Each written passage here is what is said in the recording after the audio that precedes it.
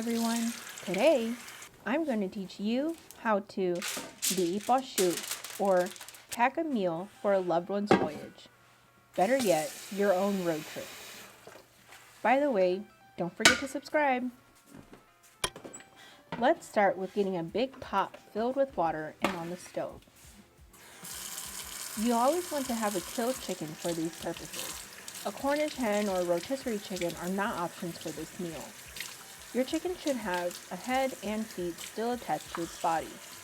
You'll want to find a larger chicken, maybe around 6 to 12 months of age. Anything younger will be very soft and not have much meat. Anything older might be tough. Lastly, my mom says to never pack a white feather chicken for your guests. She doesn't know why, but that's just the rule. If you don't know how to clean and gut a chicken, check out the video on the top right hand corner for my NYAB how to clean and gut a chicken video. To boil your chicken whole, I like to cut 1 to 2 slits on the thigh and 1 slit on the leg to help ensure even cooking. The joint at this thigh is the last part to cook, and you don't want it to still be bloody at this joint.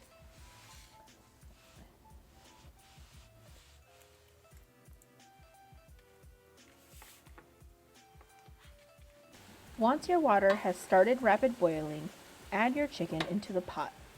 Don't forget to add your aromatics, such as lemongrass and other chicken herbs.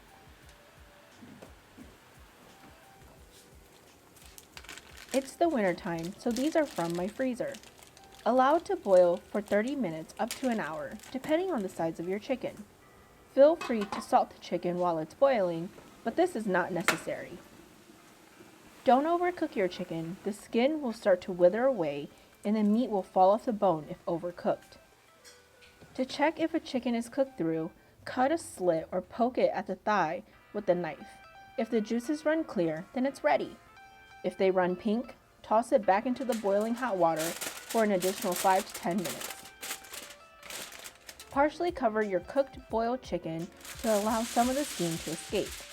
Don't pack it fresh out of the pot because the steam could make it go bad faster, and make sure to cover it to prevent the skin from drying up. If my guests are traveling via plane, I like to chop up the chicken for ease of travel. However, if they're on the road, packing it up this way is the preferred method.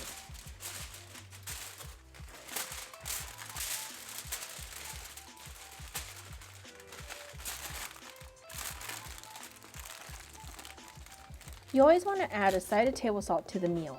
Don't pack pepper. This includes black pepper. Rumor has it that if you pack pepper or black pepper, then your relationship will become spicy, in a bad way. It may give off the wrong message to your loved one. And don't forget, more plates, forks, spoons, and napkins than necessary.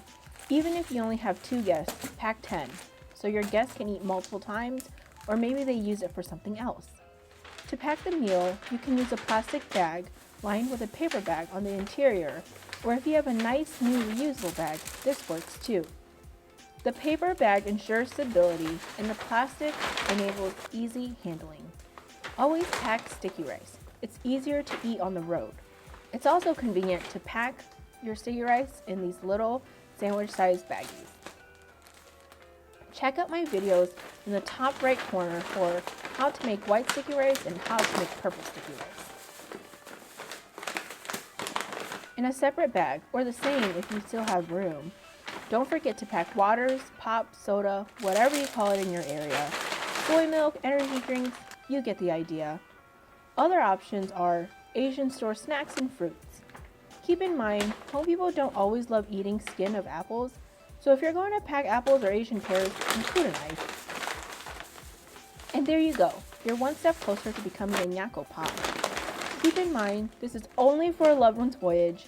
There are different types of meals that must be packed for different occasions, including weddings and traditional funerals. Don't show up to a funeral packing this sort of meal. Thank you for watching, and don't forget to subscribe and catch me on Instagram for daily content. Happy eating, everyone!